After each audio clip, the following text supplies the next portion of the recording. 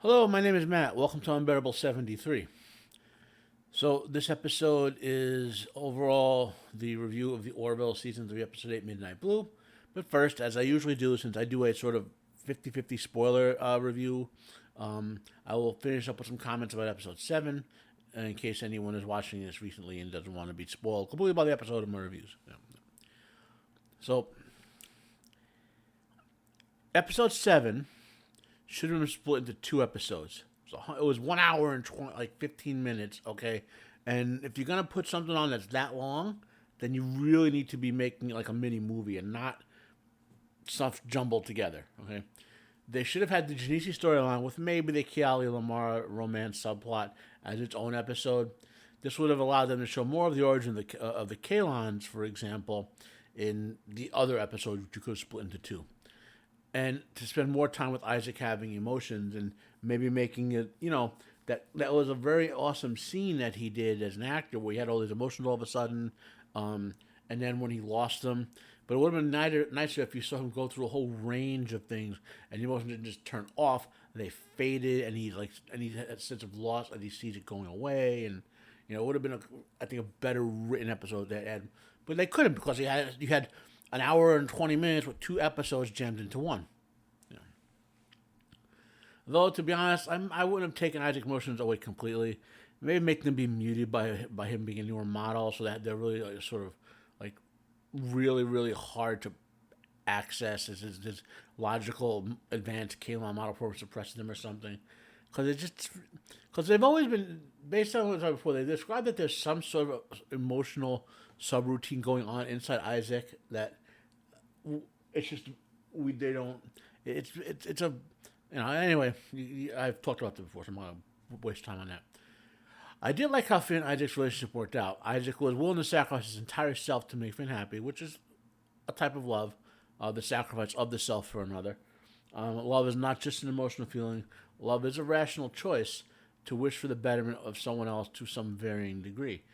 The Catholic version of what we're saying that you work towards or desire of the spiritual growth of another.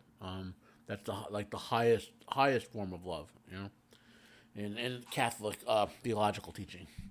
I'm just giving you an example of it. There are other teachings and other philosophies and other so forth that will have different definitions. And Finn realized that she loved Isaac for who he is, not for any feelings that he might or might not have. And she accepted that she can have a relationship with him that doesn't require all of her feelings to be fully gratified, so to speak. So I have two predictions for the Timus storyline. I said a while back that, like 3 episodes ago, that McFarlane has to avoid solving the Kalon in this show's lifetime. Presumably over the last 5+ seasons, I hope. I hope we also get a follow-up season series in the same setting, maybe set a year or two later, what different ship maybe. Uh, uh, like an enemy like the Kalon, which has been around for centuries at the least in the setting, should linger more than one TV show. They're just too good an enemy to be wiped out. Either Timus and Vilka is a long-term plot by the Kalon to infiltrate the Union, or Timus and Vilka's work will be used to fracture the Kalon. Thus, with two Kalon factions, the Kalon threat will be balanced off, so you're not wondering why the Kalon don't just make, even more Kalons and go wipe them out. On the Genesi storyline, the story was problematic for several reasons. Firstly, it is entirely and completely unbelievable that a matriarchal society will basically result in women acting just like men. This seems to be based on the notion that a patriarchal society is just the same way, regardless of meaning it's an authoritarian society, and whatever one takes control is going to act that way. And in other words, the dominance of the behavior, not the behaviors, not something the genetic influences. Secondly, it's entirely unbelievable that the Genesi don't know that the Union has an egalitarian society. The Union seems to make no secret of how their society works. And lastly, in the Kiali and Lamar romance, I had a feeling that they intended this to be a comedic subplot, but it came across as tragic. Some production comments. The CGF, anything... Okay, now I'm talking about episode 8, okay? So, the CGI for anything surrounding the atmosphere of the planet that the Malcolm females reside on was amazing. As a matter of fact, I will load. I will actually load up a little brief scene of this. Let me just. I didn't plan this. Just to show you, what I think, what I'm seeing, so to speak. And where's my Plex? Windows 10 capture and okay. And yeah, I want to review Primal, obviously, but to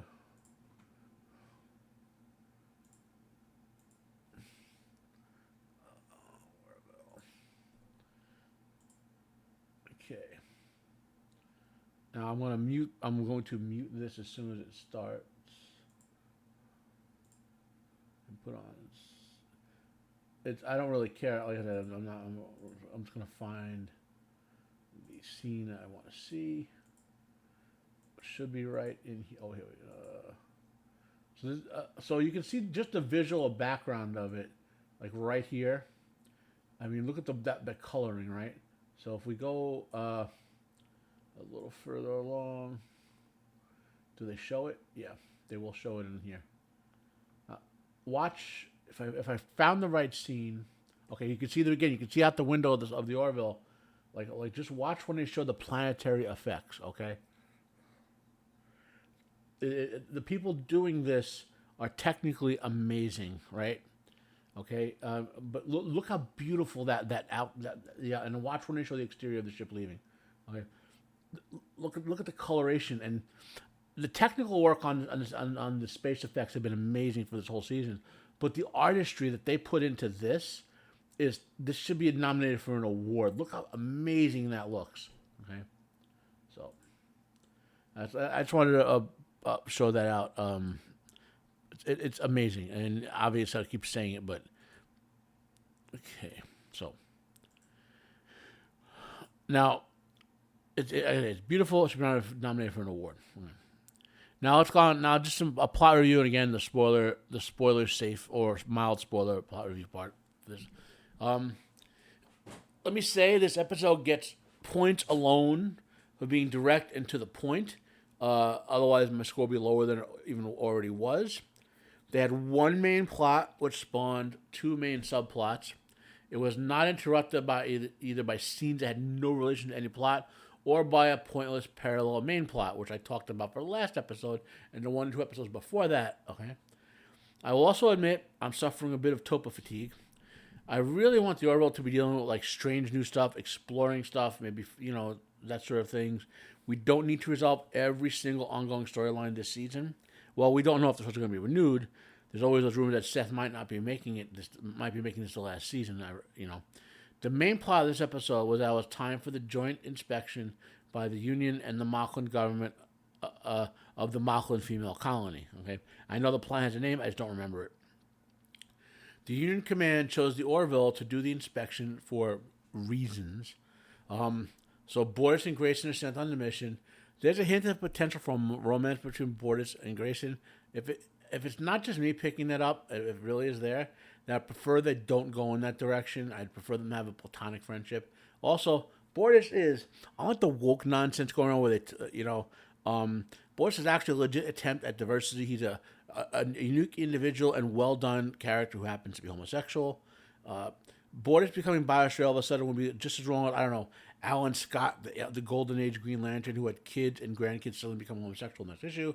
Or on Supergirl, when her sister Alex was clearly heterosexual, and then a season later she became homosexual. Make a new and interesting character that is that, and that just happens to be the other alternative lifestyle or whatever. Don't change existing characters. The real diversity means adding to the pool, not subdividing the existing pool. Naturally, based on both plot logic and the direction the writers are taking the Malkin storylines, Topa wanted to go to the colony to see what the other female Malkins are like. Mm-hmm. Inside the episode itself, it felt organic, but the episode and its events occurring so soon is kind of stupid. Okay, so Bortus, Grayson, and Topa head to the colony. When they arrive, the Malkin delegation, led by an unknown high-level intelligence operative, is already there. I personally predicted the events and outcome of this episode about 7 minutes after that scene, probably less, like maybe 5.5. It depends on, because this episode's pacing was very good. It felt so it felt like it moved very quickly, and so that means it's hard to tell the amount of time that's actually passing. You know, sorry for I have my allergies. The last 2 weeks, my allergies have been going crazy, and my eyes have been either getting really gunky or really teary. Like there's no in between. It's got to be, you know. I mean, sometimes I want to live on a space station, which I like science fiction. You know, no allergies up there, right? I'm going to save specific discussion points to the full spoiler opening of the next review.